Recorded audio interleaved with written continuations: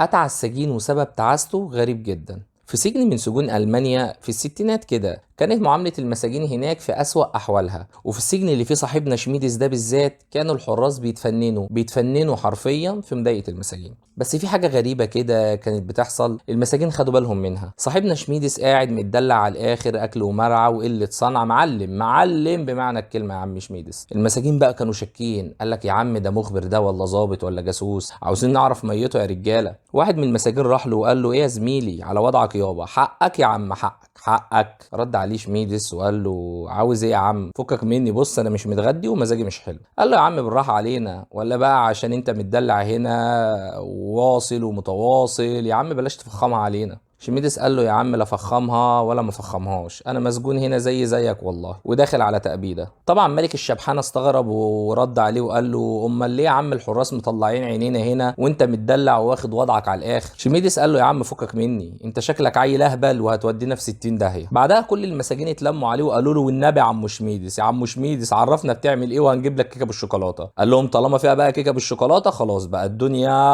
ده انا هولعها، ده انا هولع في نفسي. اول حاجه بقى يا رجاله انتوا بتكتبوا ايه في الرسائل اللي بتبعتوها لاهلكم؟ قالوا له اكيد طبعا بنحكي لهم عن الذل والعذاب هنا، مش محتاجه فقاقه يعني. قال لهم عمك شميدس اغبياء يا حمير، الحراس هنا بيقروا كل الرسائل اللي بتكتبوها قبل ما تروح لاهلكم، انما بقى انا غيركم خالص، بكتب ان الحراس هنا كيوت وحبوبين وحلوين وعمري ما هلاقي احسن منهم في اي سجن تاني. المهم بعد كام يوم كده شميدس خد اول قفا في حياته وهتك اهانه وشتيمه ومنعوا عنه البرجر والبروستد والحبهان، الراجل اتبهدل بمعنى الكلمه. طبعا عمك شميدس ما كدبش خبر، طرع الرجاله اللي ساعدهم واشتغل بقى تيت من اللي قلبك يحبه بقى، خد عندك. قال لهم انت عملت ايه يا دي انت وهو ده، الحراس زنقوني في الطرقه ومشوني على طراطيف صوابع كاني برقص باليه. طبعا الواد الشبح الخالص المخلص اللي اكيد انتوا عارفينه طبعا اللي حكينا عليه من الاول، قال له والله يا عم ما عملناش حاجه، كل اللي عملناه كتبنا لاهلنا في الجوابات اننا عرفنا بقى طريقه جامده تخلي الحراس يعاملونا احلى معامله، وكلها كلمتين حلوين نقولهم في حقهم كده يلطفوا الجو. يعني كل جواب نبعته يكون ايه الدنيا فيه حلوه والحارس ده والله حارس امور وابن ناس وفرفور، الكلام الحلو اللي يفرح الحراس ويبسط بقى يا عم شميدس. عمرنا ما ننسى جميلك برضه، قلنا لهم ان المعلم شميدس هو اللي علمنا الطريقه. طبعا عمك شميدس ما قدرش يسند طوله ونام على الارض وقال لهم حسبي الله ونعم الوكيل. القصه هنا يا جماعه حقيقيه وطبعا حصلت، بس انا حبيت اوصلها لكم بطريقه حلوه ولذيذه علشان ما نملش من القصه. الحكمه هنا ايه بقى يا معلم انت وهو، قبل ما تساعد اي حد او تفضفض باي سر عندك